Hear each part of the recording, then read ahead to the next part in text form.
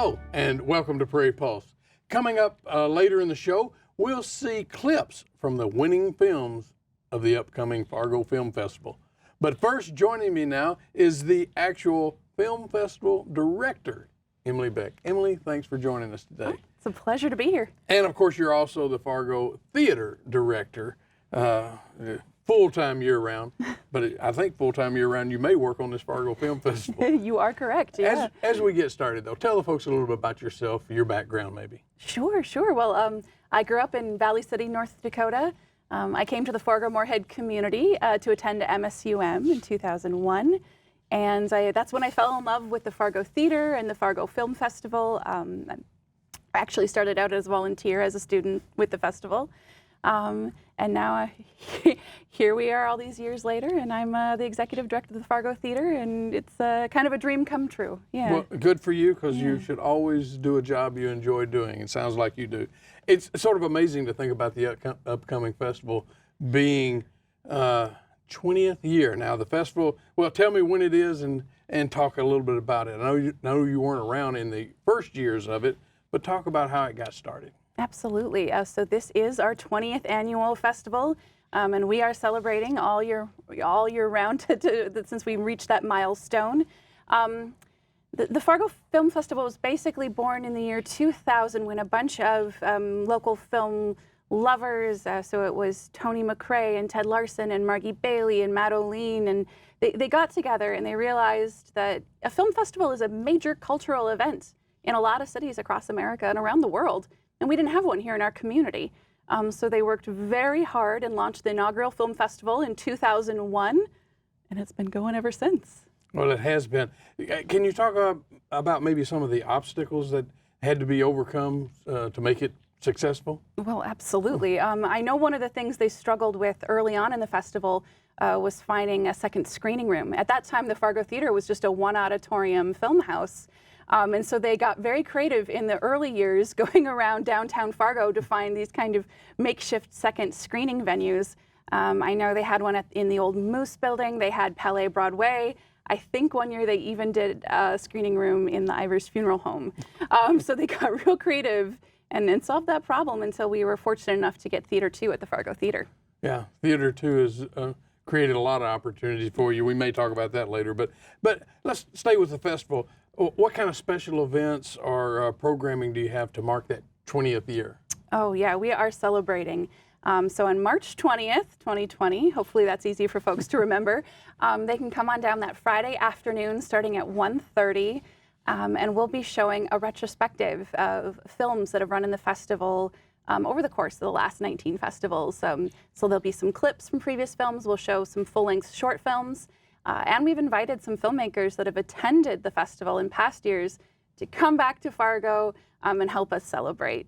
So there'll be cake and champagne and all sorts of great movies. All right, sounds like a good time. But talk about this year's films. What are some of the winning films, and can you tell us a little more? Yeah, so one of the great things about the Fargo Film Festival is that if you like movies of any sort, you'll be able to find something that appeals to you. And we have nearly 100 films showing again this year. It's a little bit of everything. There's dramas and comedies and love stories and documentaries and experimental films. We even show some student work. So no matter what you like, I think you can find something that'll appeal to your taste.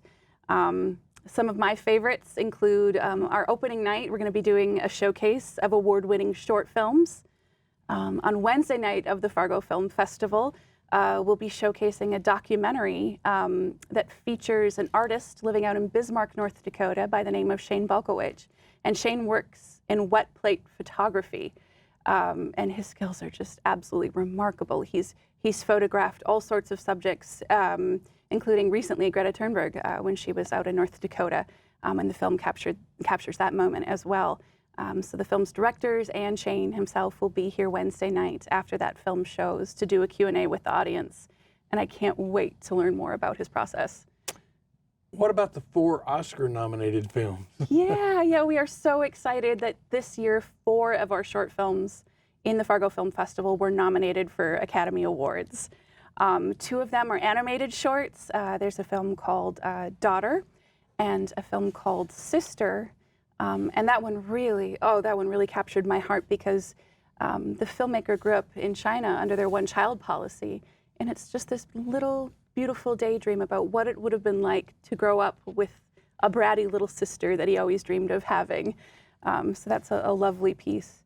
We also have 2 in the live action category, a heartbreaking film called Brotherhood. And then one of my favorite films in the entire festival was our narrative short winner. And it also just took home the Academy Award for Best Live Action Short, The Neighbor's Window. So we love to see that our films are getting this kind of recognition from the Academy, because for us, it's that validation that, yeah, we are on the right track. We are offering the very best in independent filmmaking to our community. Well, you hit on it right there. What I wanted to ask you is how does that raise the prestige of the Fargo Film Festival? Mm-hmm. It's great. You know, a lot of our filmmakers and artists from outside of the community, they don't really know what to expect when they think Fargo Film Festival. But for the fact that we're able to show these Academy Award nominated films, and some of our other films have played at Sundance or Cannes or Tribeca. So the fact that we're able to offer that content, I think it really raises our prestige in the community. Well, you talked about some people coming. Are there any more special guests coming? Oh, absolutely. For the last few years, we've had about 45 filmmakers attend the festival, and they truly do come from across the country and all over the globe. There's an actor named Paul Bailey. He's a London-based actor who's seen some great success recently. And he will actually be attending the Fargo Film Festival for the 4th year in a row. Paul continues to make great work, and it continues to be accepted into the festival. And he's just kind of fallen in love with the community here. And so it's something that he looks forward to every year, is coming back and seeing the people he's made friends here. And our audiences just adore the chance to interact with him. Well, let's get into some of the details maybe of it. Can you talk about sort of the volunteer work that goes into this, and the people serving on juries? And you might explain what a jury is for the people that may wonder. Absolutely. The Fargo Film Festival is a volunteer-driven event, and the team and I, we truly do work year-round to produce it. We began taking submissions. Filmmakers can submit to the film festival online through a website in the spring and summer of every year. And then we have a team of about 80 volunteers. We divide them up into the 7 different categories, and they watch the films submitted into their category, and then they get together as a jury, and they make the decision about which films will be selected into the Fargo Film Festival, which films will win special awards, and which films, of course, sadly won't make the cut. We have over 300 films submitted every year, and just about 100 are selected usually, so it's pretty competitive now. Yeah. And going back 20 years to now, did you see a lot more once you could do online submissions? Oh my goodness, yeah. I know the first few years the festival included about 30 films total, and now, like I said, we're up to over 100. And because we're online now, we're a truly global festival. We're getting films submitted from, I think it was 25 or 26 different countries. So it's really great to have those international voices. Sure. You mentioned cake and champagne, I think, but talk about some of the parties and maybe the panel lunches. Absolutely. The social aspects are a huge part of any festival, because people that attend in our community then get the really unique chance to socialize with these artists, with these actors and directors and writers that are here from all over. So we try to have a lot of fun with our parties. If you buy our special All Access Pass, you'll get admission into, we have some sort of soiree every night. Sometimes it'll be at a local restaurant downtown. One night we have a bowling party in Moorhead at All-Star Bowl. We pack all the filmmakers up in some vans and we bring them over for pizza and bowling, and that's a lot of fun. And then on closing night of the festival, we'll have our big do at the Radisson after our closing night films. Okay. You mentioned showing the films. Can you talk about the 2 venues for showing? Oh, absolutely, yeah. So now, fortunately, we're all located at the Fargo Theater. We have films running morning, afternoon, and night of all 5 days of the festival. And one of the cool things about our festival is that if you buy a ticket for a session, say you buy an afternoon ticket, you can go back and forth between the 2 auditoriums, between Theater 1 and Theater 2. You can kind of design your own screening schedule as what might appeal to you. Yeah. You mentioned some of this already, but why has the festival gained such a strong reputation. I mean, just because you're online doesn't mean you're going to get it. But yeah. So what has it done in getting these quality movies, films? It's the people here. It's our volunteers. They work so hard to identify these top films, and then once the filmmakers come, everyone here, it's our volunteers, it's our audiences, it's our sponsors, they all make them feel so welcome and celebrated. So these filmmakers will come and they'll have a wonderful experience. Fargo will typically exceed their expectations. They come into our downtown community and they're like, this is fabulous. And so then they'll come back or they'll tell their friends. And so we've worked really hard to build that reputation, and it's one of the things I'm the most proud of with the festival. For me, I'm not that familiar with film festivals as much as some of you are, but you know, you talked about guests loving to come back and the hospitality, but that's not always true at all festivals. No, you know, especially the large festivals where it's all about wheeling and dealing and making a deal on a new film. A lot of filmmakers, especially the independent ones that are, you know, making a movie on a shoestring budget, they can really get lost in the crowd. You know, they're one of several hundred filmmakers that are there, and here we do everything we can to make sure that they feel special and celebrated, and then they get the chance to interact with audiences and talk about their work. Which I'm sure they love doing. Yeah. So, can you talk about the future plans and what you'd like to see? Oh, well, for the next 20 years, I suppose. We're dreaming big. We're hoping to hopefully expand the number of days the festival runs, maybe add another weekend in the future. And a very long-term goal for us would be to become an Oscar qualifying film festival, which means that if your film is selected to play at the Fargo Film Festival, you would then be eligible to be considered for an Academy Award.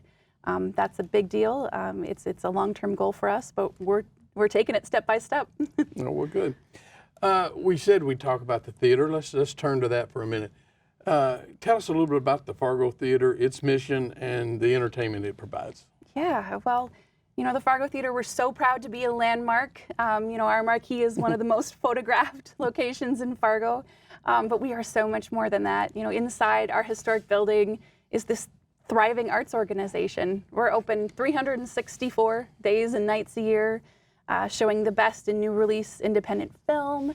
And we've got live entertainment on our stage. At least a handful of times a month, we'll have touring artists, comedians, musicians that are performing live on stage at the Fargo Theater. And of course, our beautiful historic building, like I mentioned. So we're all those things kind of wrapped into one. Can you talk about some of the awards? A couple of these awards are here, the Ted Larson Award, and of course the Margie Bailey Volunteer Spirit Award. Yeah. And those winners, maybe. Yeah. Absolutely. So these are two of our most important awards. They're given to people that contribute in a variety of ways. The Ted M. Larson Award is considered the festival's highest honor. It's basically our equivalent of the Lifetime Achievement Award. And this year it'll be presented to Tom Brandow, who is a filmmaker. He was a film professor for many years at MSUM. He's a mentor to so many of us in the film community locally here. So it'll be such an honor and a pleasure to recognize everything he's contributed with that award.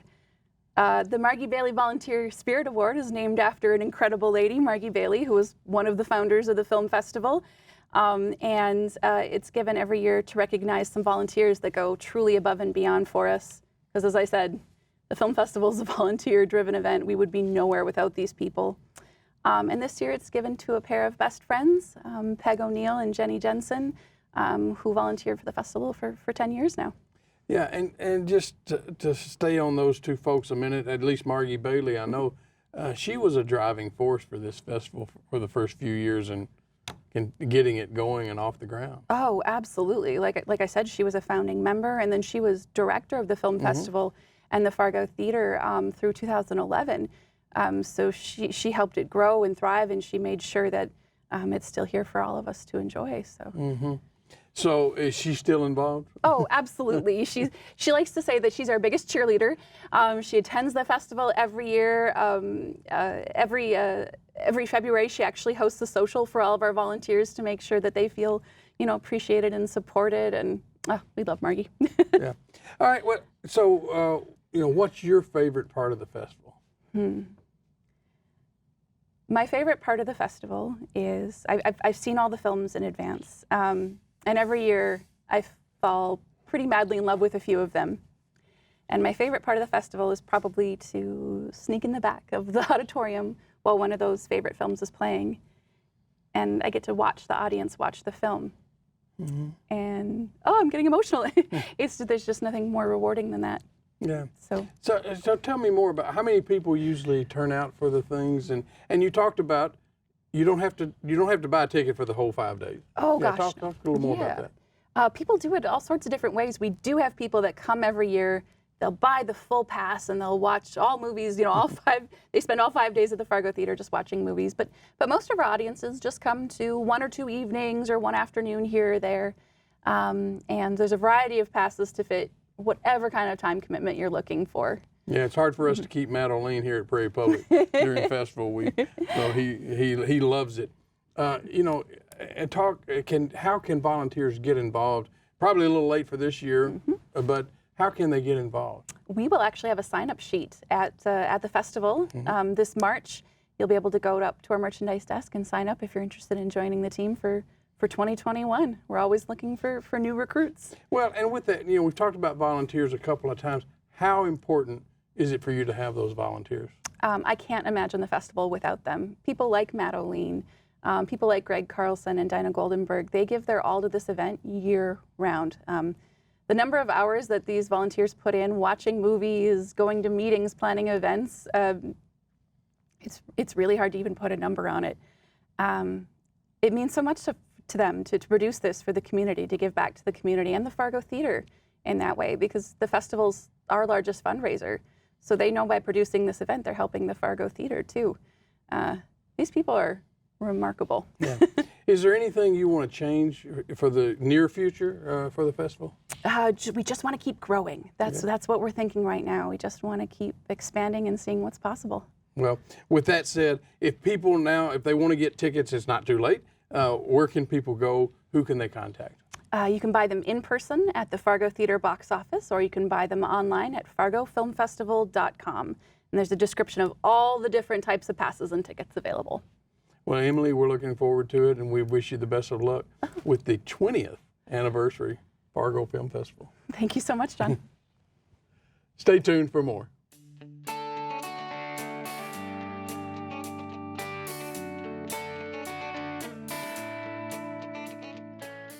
And now let's take a look at clips from the 7 winning films at this year's 20th annual Fargo Film Festival. Goodbyes always take us heaven up. Can we just go home? Nobody else will be there then. Nobody else will be there. Nobody else will be there then. Nobody else will be there.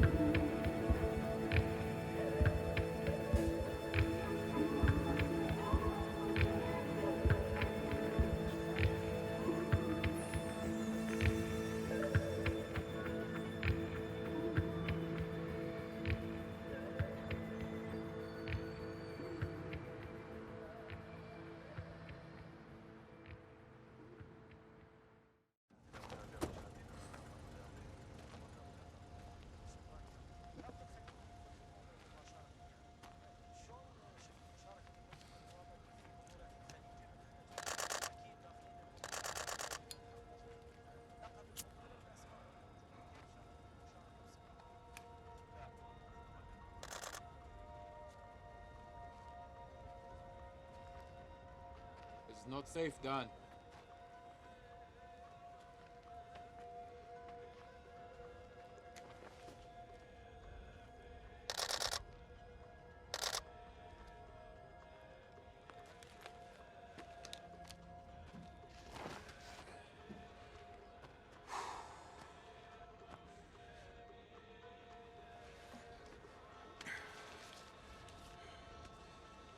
Can you read that? Mas. one, Aziz. He's a local councillor. What's that?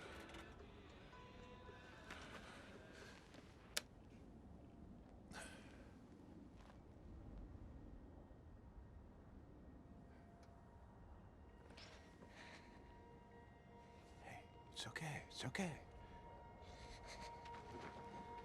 Hey, it's okay. حبيبتي لا تخاف. It's okay. انتي بأمان.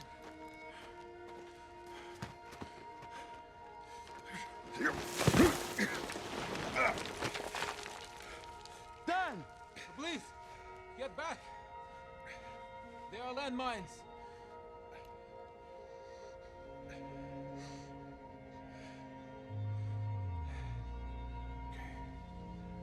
Okay. It's okay. حبيبتي لا. No!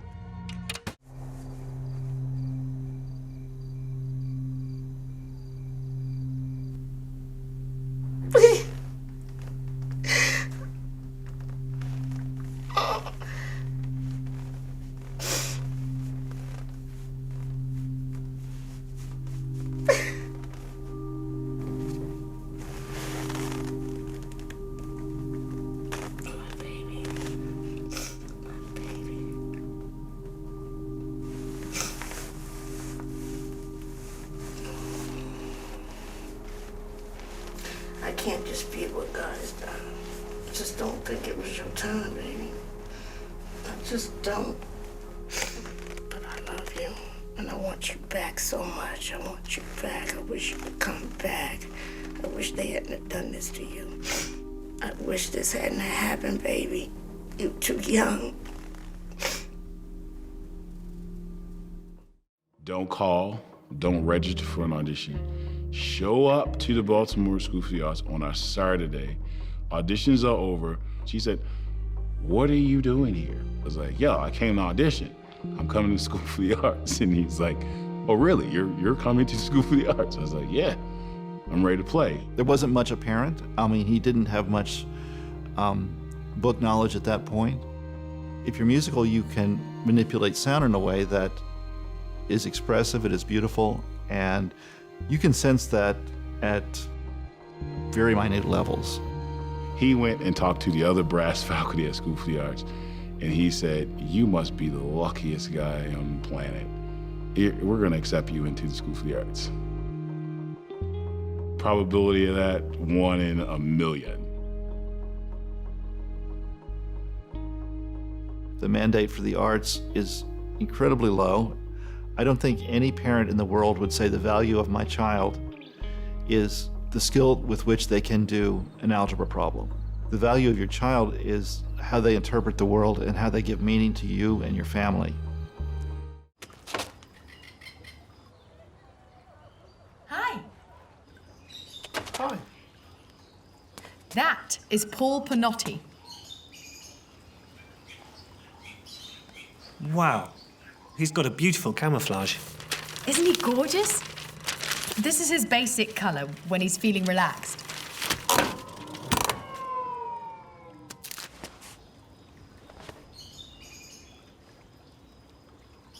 So they don't just adapt to the surroundings.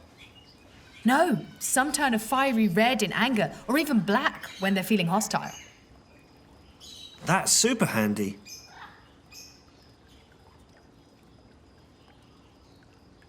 He's not the most social one, but who cares?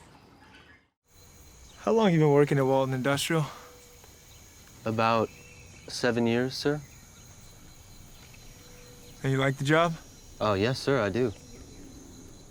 Of course, I think I could do more. Handle more, I mean.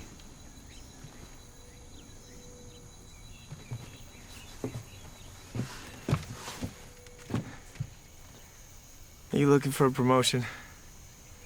No, I don't want to be pushy, no. But, you know, if you think maybe that's appropriate.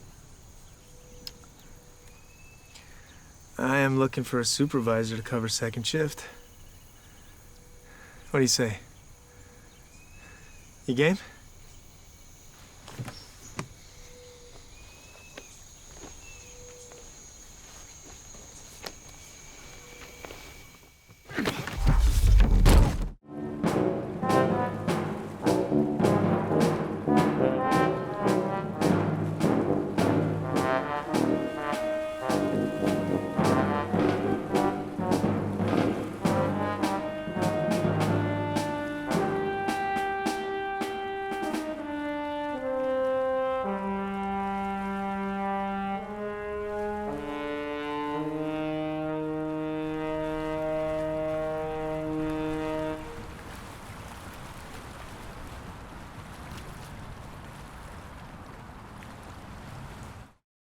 Well, that's all we have on Prairie Pulse this week. And as always, thanks for watching.